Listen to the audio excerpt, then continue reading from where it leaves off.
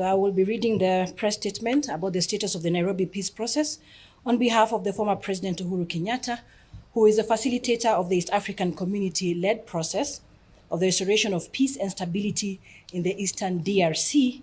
And he has this morning sent out a report to brief the East African community, the African Union, and the SADC secretariats on his work as mandated by the summit of the EAC.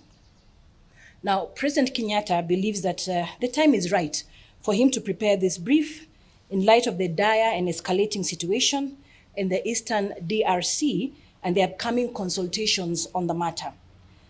This status update follows a report presented by the facilitator on the East African-led Nairobi process for restoration of peace and stability in Eastern DRC, delivered to the 24th Ordinary Summit of the East African Community Heads of State on November 30th, 2024. It is intended as a briefing for the upcoming joint summit of the Southern African Development Community, that is SADC, and the East African Community EAC, to be held on February 7th to 8th, 2025 in Dar es Salaam, Tanzania, as well as the African Union 37th Ordinary Session to be held this February 2025. The Nairobi peace process, just to give you a slight history, the Nairobi peace process was initiated by the East African community in response to the escalating conflict and security challenges in the Eastern Democratic Republic of Congo in the year 2021-2022. And it represents a critical diplomatic and military effort to peace and stability to the region. This process was formally established during the 22nd Ordinary Summit of the East African Community on the 22nd of July, 2022. The summit directed the creation of the intra-Congolese dialogue, which is to be led by His Excellency Uhuru Kenyatta, the former President of the Republic of Kenya, who was appointed then as the facilitator to oversee the process. Now, the Nairobi peace process was structured around two key elements: political dialogue and military intervention. The political aspect focused on engaging all stakeholders, including armed groups, political factions, civil society, and regional partners in an inclusive conversation aimed at resolving the conflict and fostering long-term peace. The military element involved the deployment of the East African Community Regional Force to provide peacekeeping and peace enforcement support, complementing the political dialogue efforts. Now, progress through June 2023 was encouraging. The facilitator, President Kenyatta, conducted extensive diplomatic engagements, meeting with political, civil, military stakeholders across the region. Key initiatives included multiple targeted discussions with armed groups, including the M23, confidence-building measures with various civil rights and women groups, and the organization of several high-level conferences to resolve tensions and identify pathways to peace. These efforts were supported by ICRAF, UN, and MONUSCO, led to a noticeable reduction in hostilities and a return of displaced persons and significant withdrawals by armed groups from strategic areas in North Kivu. However, in June 2023, as the all-important fourth intra-Congolese dialogue conference was set to take place, political attention in the Democratic Republic of Congo shifted toward the upcoming national elections that were to be held that year, that is 2023, in December.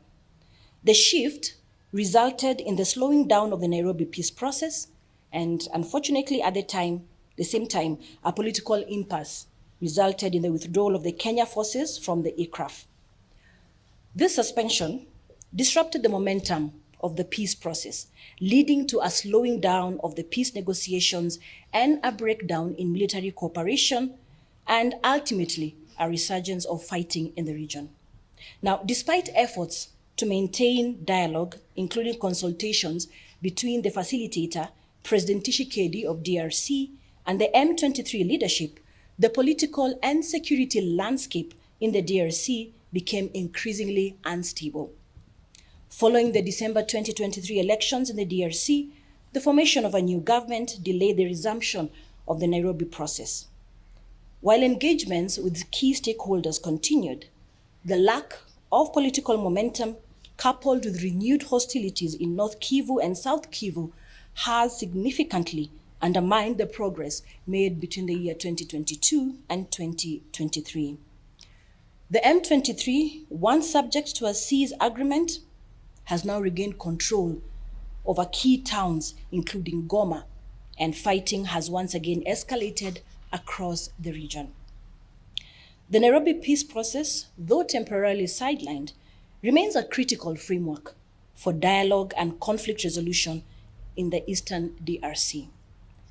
The facilitator remains committed to finding pathways to peace in collaboration with the government of DRC, regional partners, and international stakeholders.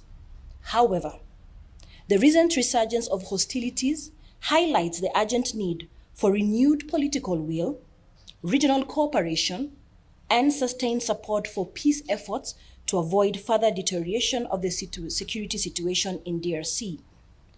The facilitator is of the strong opinion and belief that the two processes of Rwanda and Nairobi hold the greatest promise for a resolution and termination of the crisis in the Eastern DRC.